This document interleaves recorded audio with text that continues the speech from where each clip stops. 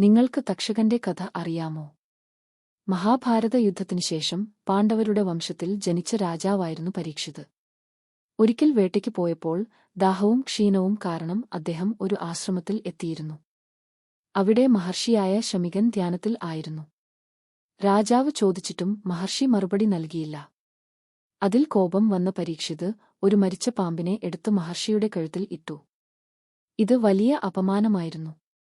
ഈ സംഭവം മഹർഷിയുടെ മകനായ ശൃംഗി അറിഞ്ഞപ്പോൾ അവൻ ക്രോധത്തോടെ രാജാവിനെ ശപിച്ചു. 7-ാം ദിവസം നാഗരാജാവായ തക്ഷകൻ കടിച്ചു രാജാവിനെ കൊല്ലും. പരീക്ഷിത് പിന്നീട് തന്റെ തെറ്റ് തിരിച്ചറിഞ്ഞു. എന്നാൽ ശാപം മാറ്റാനായില്ല. രാജാവ് തന്റെ ജീവൻ രക്ഷിക്കാൻ വലിയ കോട്ട പണിതു. എല്ലാ പാമ്പുകളെയും അകറ്റാൻ ശക്തമായ സുരക്ഷ ഏർപ്പെടുത്തി. 7-ാം ദിവസം എത്തിയപ്പോൾ തക്ഷകൻ വളരെ ചതിയോടെ രാജാവിന്റെ അരമനയിൽ പ്രവേശിച്ചു. ചില ബ്രാഹ്മണന്മാരുടെ രൂപത്തിൽ എത്തി ഒരു പഴത്തിൽ ഒളിഞ്ഞ് രാജാവിന്റെ അടുത്തേക്ക് എത്തി.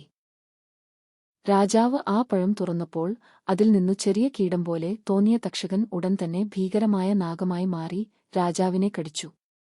ശാപം പോലെ തന്നെ പരീക്ഷിത് മരിക്കുകയും ചെയ്തു. അച്ഛന്റെ മരണത്തിൽ ദുഃഖിതനായ ജനമേജയൻ തക്ഷകനെ നശിപ്പിക്കാൻ വലിയ യാഗം നടത്തി. ഇത് സർപ്പസത്രം എന്നറിയപ്പെടുന്നു. യാഗത്തിൽ മന്ത്രശക്തിയാൽ എല്ലാ പാമ്പുകളെയും അഗ്നിയിലേക്ക് ആകർഷിച്ചു. അനേകം നാഗങ്ങൾ അഗ്നിയിൽ വീണു മരിച്ചു. തക്ഷകനും ഇന്ദ്രന്റെ അടുത്തേക്ക് ഒളിച്ചെങ്കിലും യാഗശക്തി അവനെയും വലിക്കാൻ തുടങ്ങി.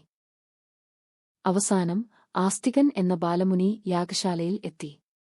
അവൻ ജനമേജയനോട് യാഗം നിർത്താൻ അഭ്യർത്ഥിച്ചു. ജനമേജയൻ അവന്റെ ജ്ഞാനവും ധാർമ്മികതയും കണ്ട് യാഗം നിർത്തി. അതോടെ തക്ഷകൻ രക്ഷപ്പെട്ടു. നാഗവർഗവും നശിക്കുന്നത് തടഞ്ഞു.